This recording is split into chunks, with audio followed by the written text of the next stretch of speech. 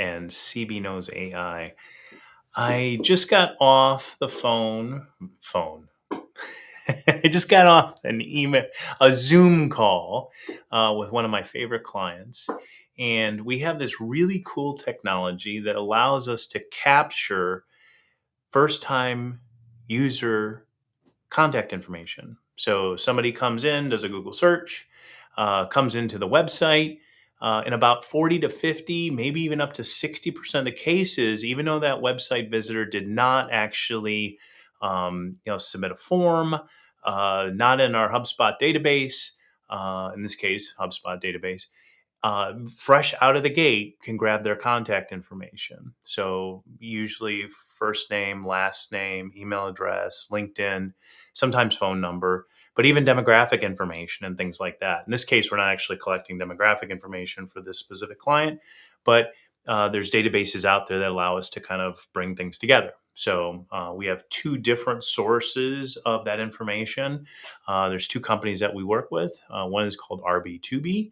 And then the other one is Visual Visitor. Those are the two that I'm aware of. RB2B focuses very heavily on a B2B client.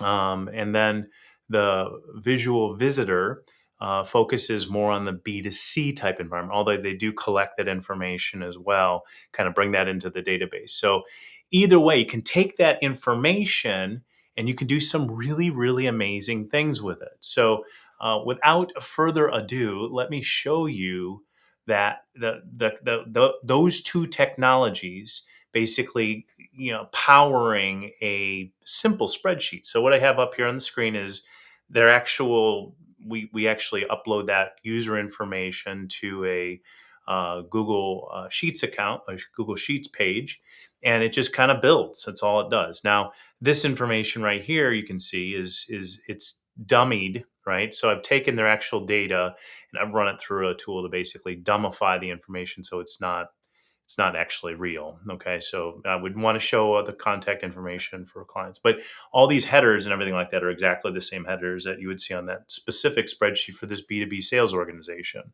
And again, we've done this for B2C where you can actually see, again, gender, you can see income, so revenue, net worth.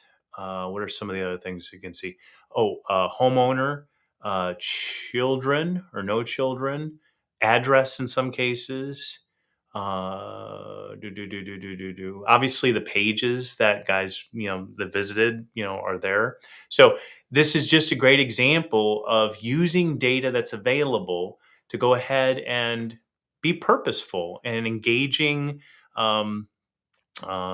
Visitors to your website. In many cases, you've paid for media already, whether it's Google AdWords, Facebook, Instagram, TikTok, LinkedIn. You might be doing campaigns there. So when a lot of times you'll get that really top line information, right, in terms of impressions and clicks, but it doesn't really go anywhere, right? So in this case here, let's say you've paid $3.67 a click for a Google AdWords lead, right? And for every 100 visitors, you get maybe 1, 2, or 5 or 10 different, let's say, user either purchases or submissions. In this case here, you can actually get 60 to 70% of those guest contact information and kind of repurpose that and reuse that. So this is a great example of what this, again, is actual header information from that specific file, but state, company, first name, last name, title, industry, email address, website that they actually are. Well, I mean, you can see it's kind of the URL from their email, really, right? LinkedIn profiles. That RB2B technology is really good at grabbing LinkedIn stuff. Pages visited, source, city, state, zip, employee count, revenue count, visit, email. So you have email 1 and email 2 in some cases, phone and mobile phones and things like that. So there's a bunch, like this is gold for a salesperson. So let's say they're buying I don't know, a car or something of that nature. They show up on your website. If they're in your database, right, as a salesperson, you may want to be alerted to that information. So it's a great opportunity for notifications of a sales team, when they visit the specific page. And maybe they visit a specific page, or maybe they visited multiple times. So you don't touch them the first time. Maybe it's the third or fourth time. You can have those notifications go out via email or potentially even text. We're working on that for a client as well. Another thing that you would want to be able to do is, if you've got this information and you've got their email address specifically, and you know what page they're on, you could email them. So if they visit a specific product page, you may want to, and you never see them again, you may actually want to re-engage them, because we all get really busy. And you go like, where is that? Now, my wife has like an incredible ability to track a whole bunch of things at one time. I don't, but a lot of you guys are in the same boat where you'll have like 1,000 tabs open at the top, browsers, just to remind yourself of things to get work done. I can't do that.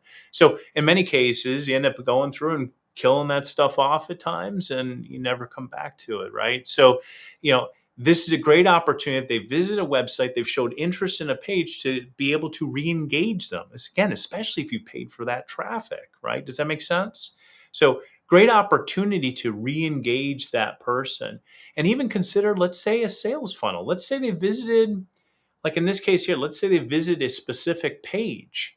Well, if they visit a specific page, knowing that a lot of times that page, there's hurdles or questions that user may have when visiting that page, and part of, let's say, the sales funnel, right? This is the first step. They may want to know about this and this. According to your sales team, there's questions that they may need to, in a normal buying process, want to get resolved or more information on. Maybe you're taking them to a second or third page at some point in that drip email program, because again, your email, you have access now to that email. You can simply put that into a drip email program.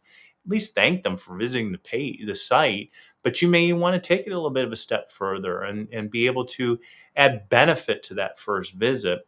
You're going to get a 20 or 30% uptick in your sales opportunities if you just apply that basic concept, you guys.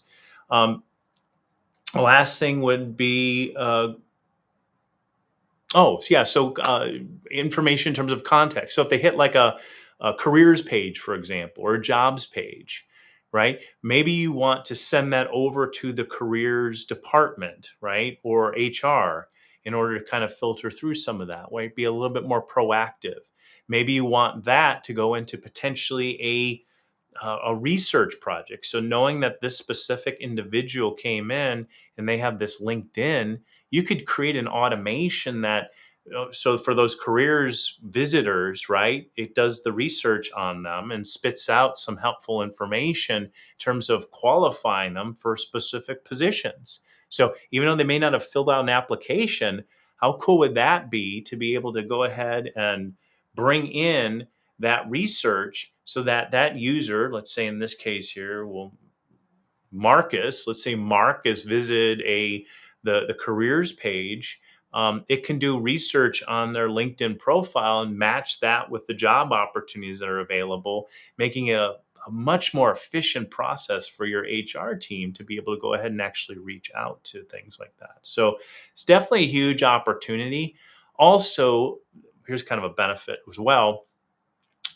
Fourth opportunity would be to essentially use it for website analytics, right? Because Google Analytics, only goes so far.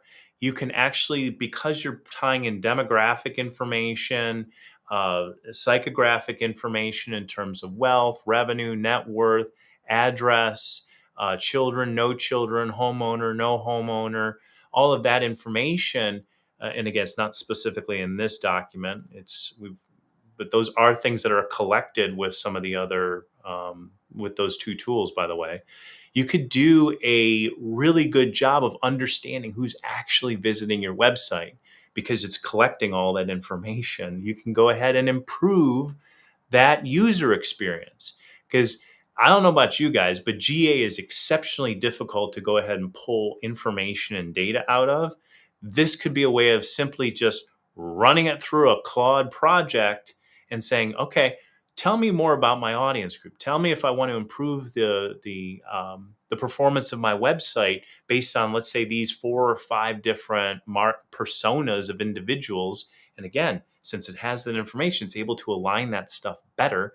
You can do a better job of creating content on your website that better answers their question because you're getting some of the detail directly from it. Okay. So those are a couple things. You may ask, so how do you do that? Like in terms of automation, very simple automation, you guys. I recommend either Make or Zapier. Those would be the two I'd kind of recommend to you. This is just a very simple automation, which I have up on the screen. I've obviously screenshotted this because all the information we have is like, it's proprietary. I want to show you the client information. So this is just a very simple automation to give you kind of an overall concept, in which case then you can go do something. But I'd recommend using Make, which is very visual, very easy to use. And then also Zapier is also one that I've used before. We have a couple automations in it for clients. It's not as, in my opinion, as powerful as Make is. I could be wrong on that. I'm just finding, based on the use cases that I have, that Make is really, really good at this, Make.com. The other one is N8N if you want to push yourself and maybe get a little more technical.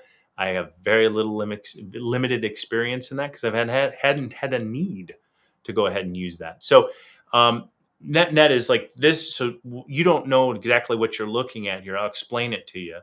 Webhook is simply going out and tying or connecting in that website contact information. Because again, the RB2B as well as visual visitor, they have APIs that you can kind of plug into in order to get that information. So this bad boy goes ahead and grabs those information records that come in.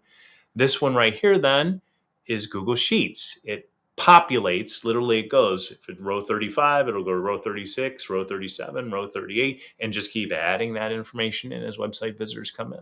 Okay.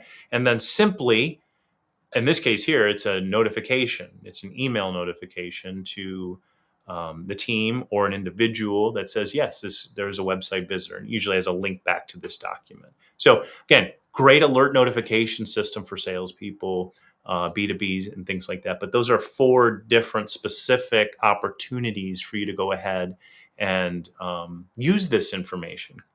Because you paid for a lot of cases. If you're driving any campaign traffic to this stuff, you might as well get more bang for the buck, right? I think I'm going to leave it there for you guys today. Now, again, what I've talked about is you can do a lot of really cool stuff with this information. Obviously, this is just one email that gets pushed out to alert a sales team, but you could send this over to Constant Contact or a MailChimp or whatever it is, do your drip program. There's simple texting that has plugins and APIs that allow for text based notifications and things like that. Yeah. I hope this tip helps you. If it is, feel free to share it out to other people. It's a great opportunity for you to really leverage your campaign dollars realistically and really empower your sales team to go just do amazing things. Grabbing that contact information from first-time website visitors is just such a critical opportunity. And then to be able to do something with it in real time, sweet stuff. You guys have a great rest of the day. Hope all is well. We'll talk to you later. Thanks much for joining me today.